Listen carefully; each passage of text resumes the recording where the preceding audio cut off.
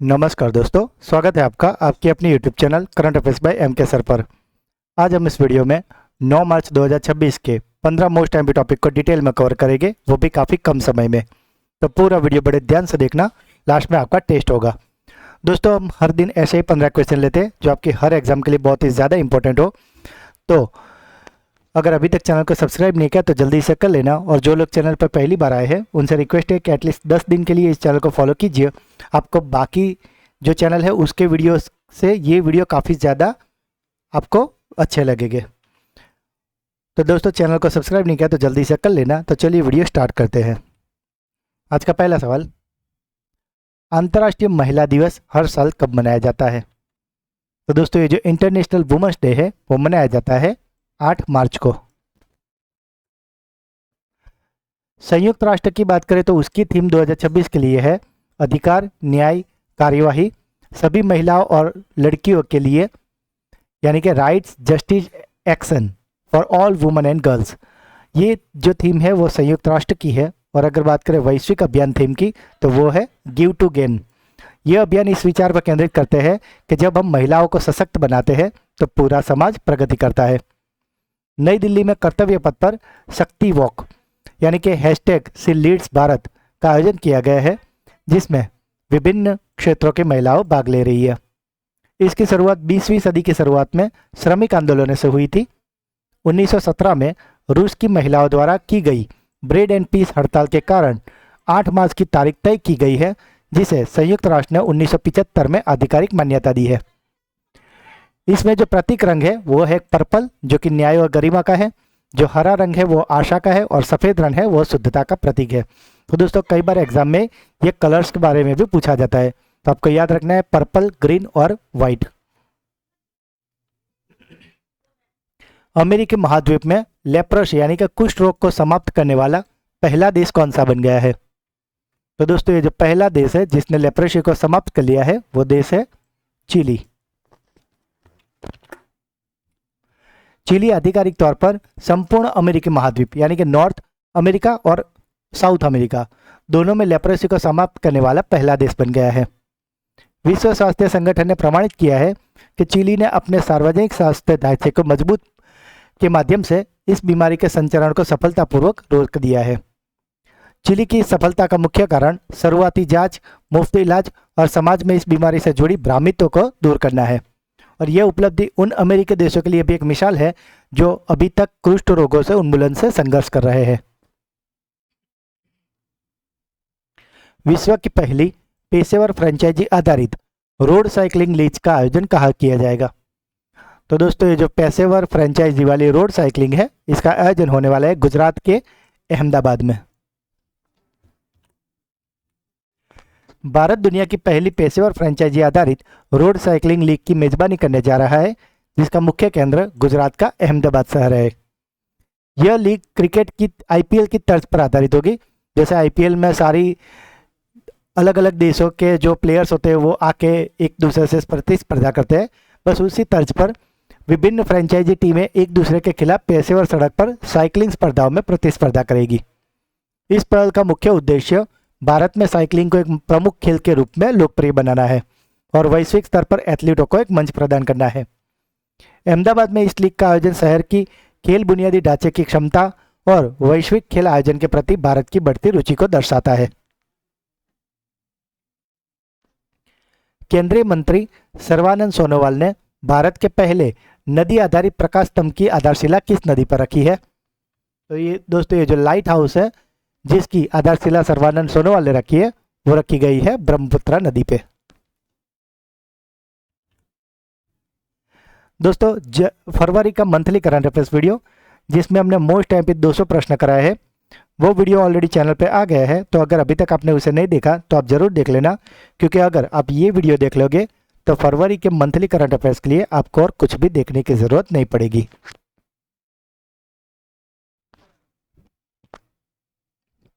UNESCO के विश्व engineering दिवस 2026 के लिए आधिकारिक साझेदारी के रूप में किसे चुना गया है? तो दोस्तों, ये जो विश्व इंजीनियरिंग दिवस 2026 के लिए साझेदार है वो बना है अदानी समूह। यूनेस्को ने सतत विकास के लिए विश्व इंजीनियरिंग दिवस 2026 के आधिकारिक वैश्विक साझेदार के रूप में भारत के अदानी समूह को चुना है। इस साझेदारी का मुख्य उद्देश्य जलवायु परिवर्तन, बुनियादी ढांचे के विकास और ऊर्जा संक्रमण जैसी वैश्विक चुनौतियों के सामने समाधान के लिए इंजीनियरिंग नवाचार को बढ़ावा देना है। यह पहली बार है जब किसी भारतीय बहुराष्ट्रीय समूह को इस महत्वपूर्ण वैश्विक आयोजन के लिए यूनेस्को का रणनीतिक भागीदार बनाया गया है। यह सहयोग टिकाऊ भविष्य के निर्माण में इंजीनियरिंग की भूमिका को रेखांकित करता है और तकनीकी शिक्षा व अनुसंधान में निवेश को प्रोत्साहित करता है। मरीजों की सुविधा के लिए MI हेल्थ मोबाइल एप्लीकेशन का शुभारंभ कहाँ किया गया है? तो दोस्तों ये जो MI हेल्थ है इसका शुभारंभ किया गया है केरल में। केरल सरकार ने सरकारी अस्पतालों में स्वास्थ्य सेवा को अधिक सुलभ और पारदर्शी बनाने के उद्देश्य से MI हेल्थ नामक मोबाइल एप्लीकेशन का शुभारंभ किया है। इस ऐप के माध्यम से मरीज अपना डिजिटल स्वास्थ्य रिकॉर्ड देख सकते हैं और ऑनलाइन OPD की टिकट भी बुक कर सकते हैं और लैब रिपोर्ट को भी प्राप्त कर सकते हैं।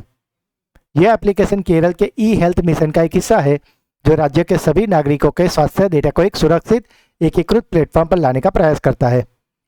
दोस्तों ये जो एप्लीकेशन है MI हेल्थ, इसके उपयोग से अस्पतालों में लंबी लाइनों से छुटकारा मिलेगा और मरीजों को उनकी पिछली बीमारियों और इलाजों की जानकारी एक सिंगल क्लिक पर उपलब्ध होगी।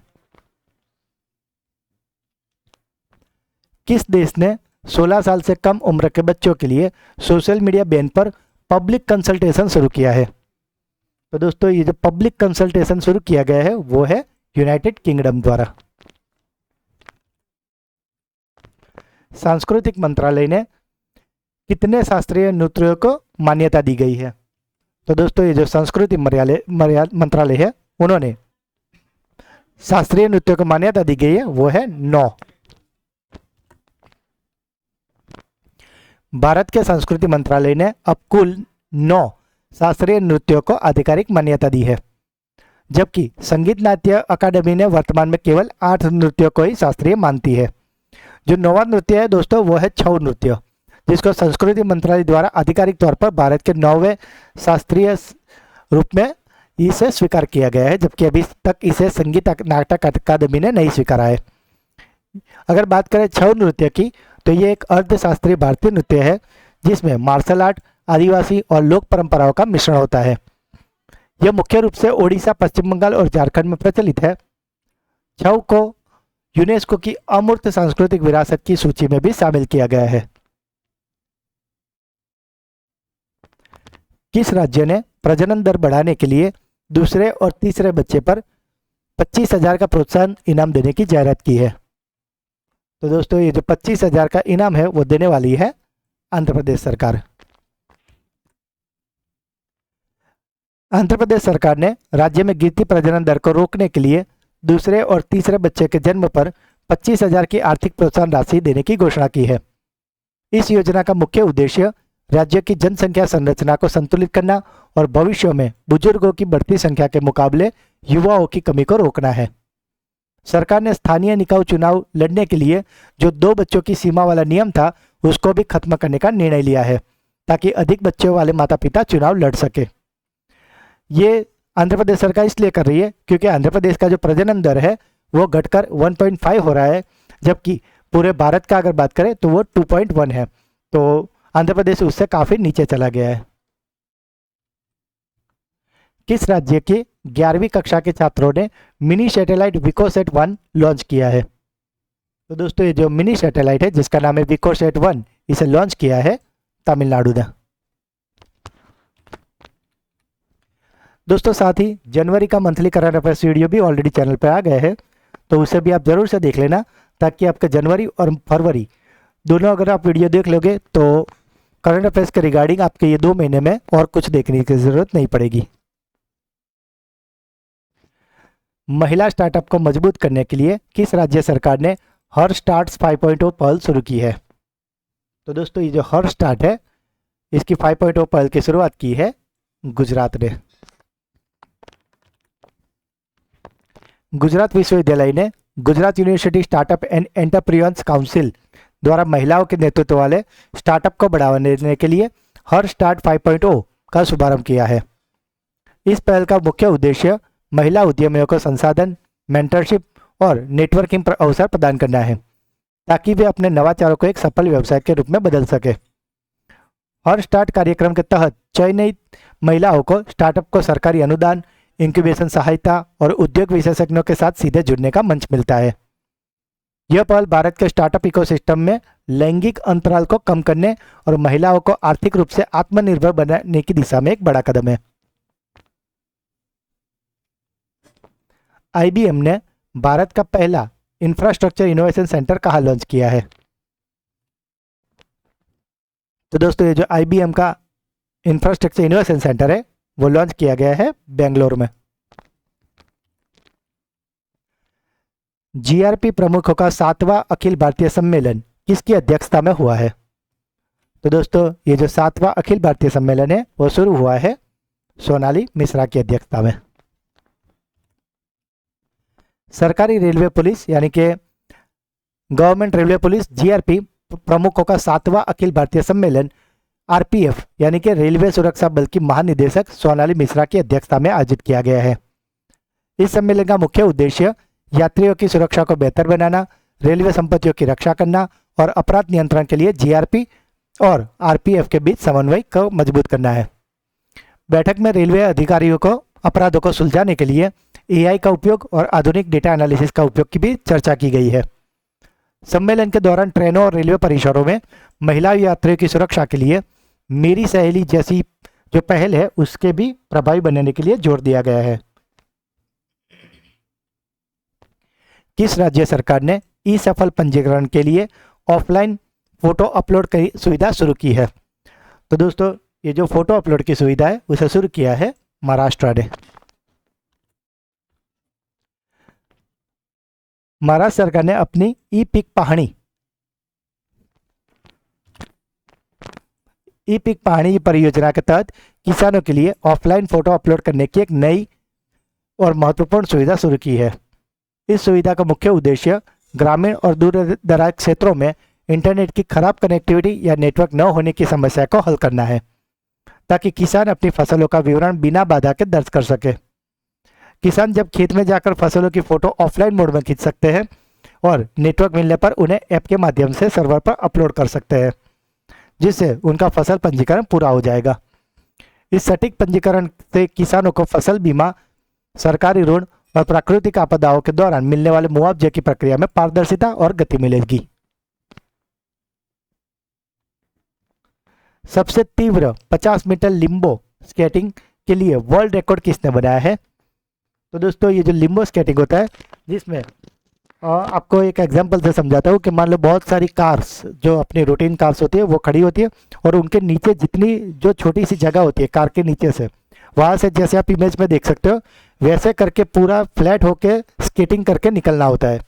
और इस ऐसा 50 मीटर लंबो स्केटिंग का रिकॉर्ड बनाया है सृष्टि शर्मा ने और इन्होंने अपना ही पहले वाला रिकॉर्ड को अभी तोड़ा है।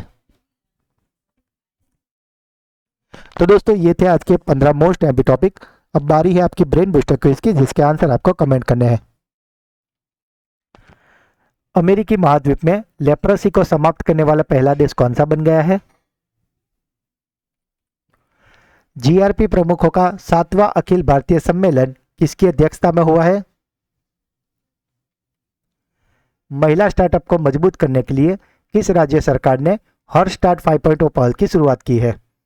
तो दोस्तों तीनों क्वेश्चन के आंसर आपको कमेंट करने हैं।